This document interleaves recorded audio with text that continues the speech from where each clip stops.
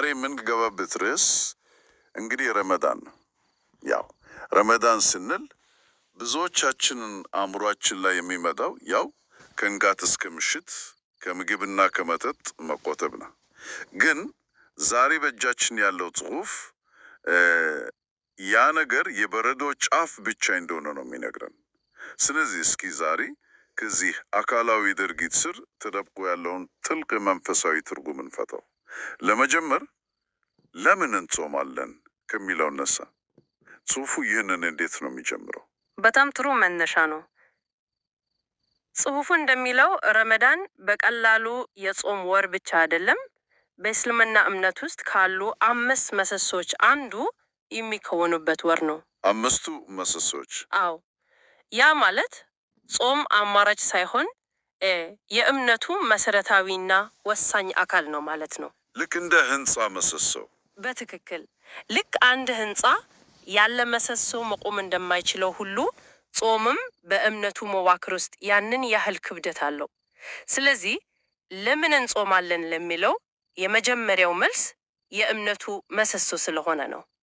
ግን ከዛም የጠለቀ ምክንያት አለው። እሺ፣ የእምነቱ መሰረታዊነቱ ጌታነቱን ያሳያል። ግን ከጌታነት ባለፈ ያለው ፍልስፍና ምንድን ነው? ጽሑፉ ወደ ቁርአን እይታ ሲወስድን የጾም ዋነኛ ዓላማ ተቅዋ መሆኑን ይገልጻል። ይሄ ቃል ተቅዋ የሚለውን ቃል ብዙ ጊዜ እንሰማዋለን። አንዳንዴ አላህን መፍራት ተብሎ ሲተረጎም ይሰማል። ፍራቻ ከሆነ እንዴት ነው ጾም ፍራቻን የሚያዳብረው? እጅግ በጣም ወሳኝ ጥያቄ ነው። ያው ተቅዋ በቀጥታ ሲተረጎም መጠንቀቅ ወይም ራስን መጠበቅ የሚል ትርጉም ነው ያለው።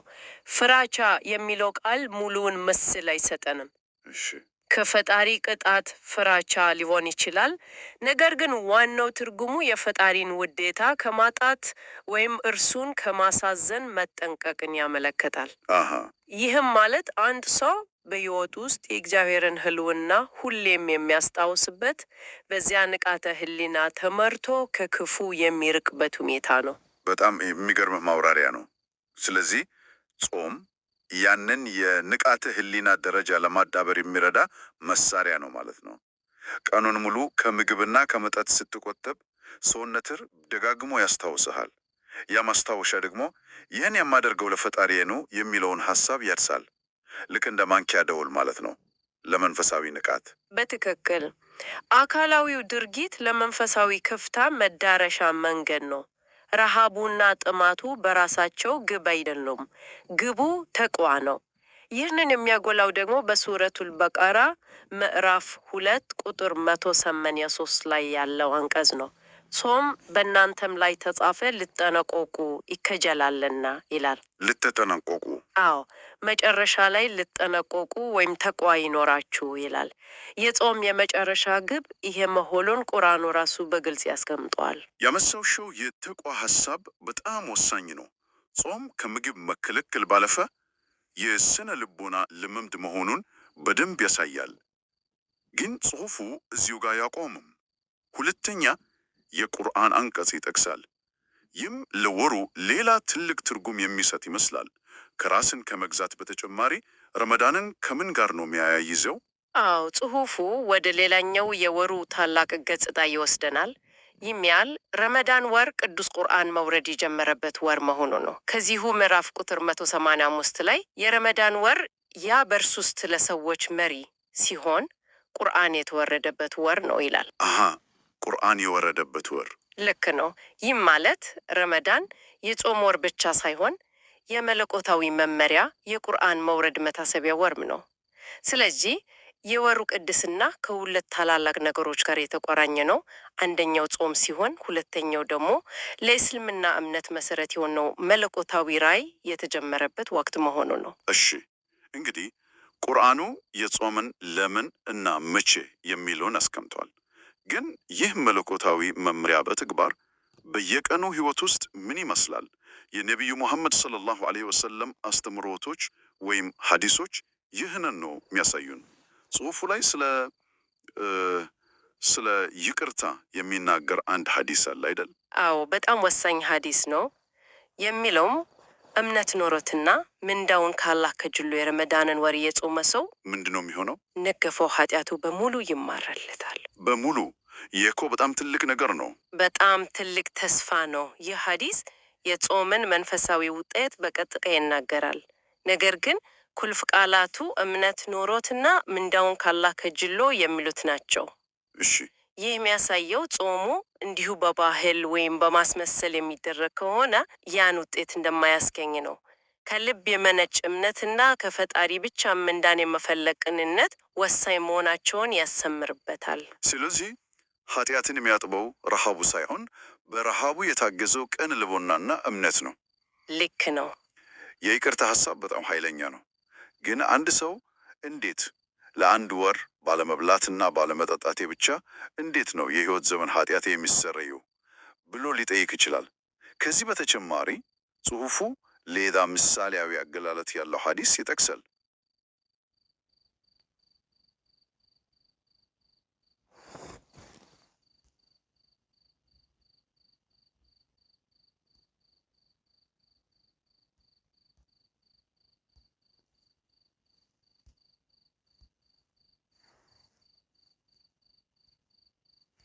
በሮች ይከፈታሉ፣ የጀሃነም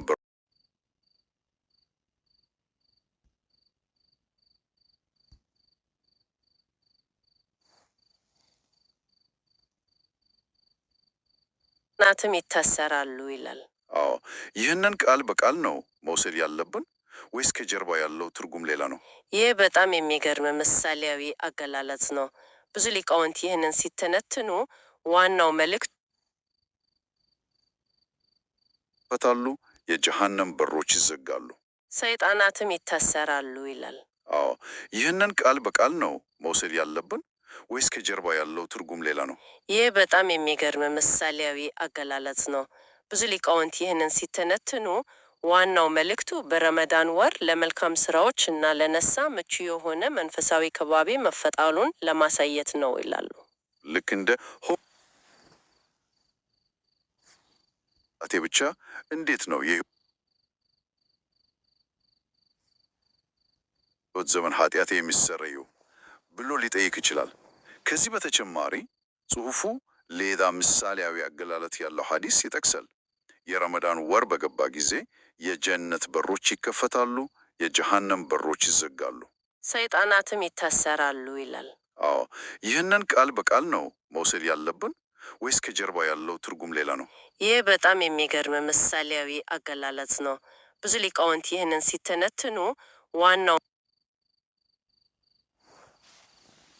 መልእክቱ በረመዳን ወር ለመልካም ስራዎች እና ለነሳ ምቹ የሆነ መንፈሳዊ ከባቢ መፈጣሉን ለማሳየት ነው ይላሉ። ልክ እንደ ሆምፊልድ አድቫንቴጅ እንደሚባለው በጣም ጥሩ አገላለጽ ነው። በረመዳን ወር አማኖች በመንፈሳዊ ሜዳቸው ላይ ናቸው። ድባቡ፣ ጸሎቱ፣ የቁርአን ንባቡ፣ ሁሉም ነገር ለመልካም ስራ ያግዛል። የፈተና ምንጮች ደግሞ የተገደቡ ወይም የተዳከሙ ይሆናሉ። ሰይጣናት ይታሰራሉ ማለት የክፋት አነሳሽ ኃይሎች ተጽዕኖ ይቀንሳል ማለት ነው። ገብቶኛል። የመለኮታዊ እዝነት በሮች ደግሞ ይከፈታሉ። ስለዚህ አካባቢው ራሱ ለመልካም ነገር የተመቻቸ ይሆናል። ይህም ለውጥ ለማድረግ ለሚፈልግ ሰው ትልቅ እገዛ ያደርጋል። ያ ማለት ወሩ ራሱ ለመንፈሳዊ እድገት የተመቻቸ ስነ ምህዳር ይፈጥራል ማለት ነው። እሺ፣ ከነዚህ መሰረቶች በመነሳት ጽሑፉ የረመዳንን ተግባራዊ ፋይዳዎች በአራት ነጥቦች ያጠቃልላል። የመጀመሪያዎቹ ሁለቱ ቅድም ያየናቸው ናቸው፣ የኃጢአት ስርየትና ተቅዋን ማዳበር። ሶስተኛው ደግሞ ቁርአንን ማንበብ ነው። አራተኛው ነጥብ ግን ልግስና ነው። ይሄ ትንሽ የተለየ ይመስላል። ሌሎቹ ሁሉ የግል መንፈሳዊ ልምምዶች ናቸው። ልግስና ግን ወደ ማህበረሰቡ ያተኮረ ነው። ጾም ከልግስና ጋር እንዴት ነው በቀጥታ የሚገናኘው? በጣም ጥሩ ምልከታ ነው። ግንኙነቱ በጣም ቀጥተኛ ነው። አንድ ሰው ቀኑን ሙሉ ሲጾም የረሃብንና የጥማትን ስሜት በአካል ይለማመዳል። ይህ ልምምድ ደግሞ በቋሚነት በችግር ውስጥ ያሉ ሰዎች ይህ ስሜት የዕለት ተዕለት ህይወታቸውን ለሆኑ ሰዎች ያለው ርህራሄን ይጨምር ያደርጋል። ርህራሄን ያዳብራል። ቲዮሪ የነበረው የድህነት ግንዛቤ ወደ ተግባራዊ ስሜት ይለወጣል። ስለዚህ ጾሙ አካላዊ ብቻ ሳይሆን ማህበራዊ ርህራሄን የሚያስነሳ እና ወደ ልግስና የሚገፋፋ ይሆናል። ሁሉም ነገር እርሱ በርሱ የተሳሰረ ነው።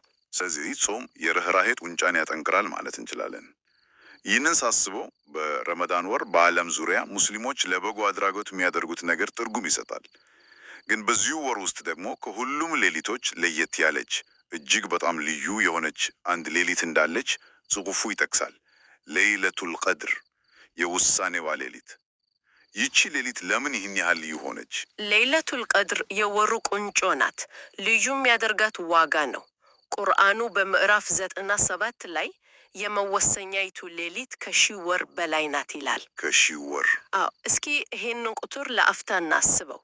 1000 ወር በግምት ከ83 ዓመታት በላይ ነው። ዋው! ይህ ማለት አንድ ሰው ሙሉ ህይወቱን መልካም ስራ እየሰራ ቢያሳልፍ የሚያገኘውን ምንዳ በዚች አንዲት ሌሊት ትክክለኛ በሆነ አምልኮ ሊያገኘው ይችላል ማለት ነው።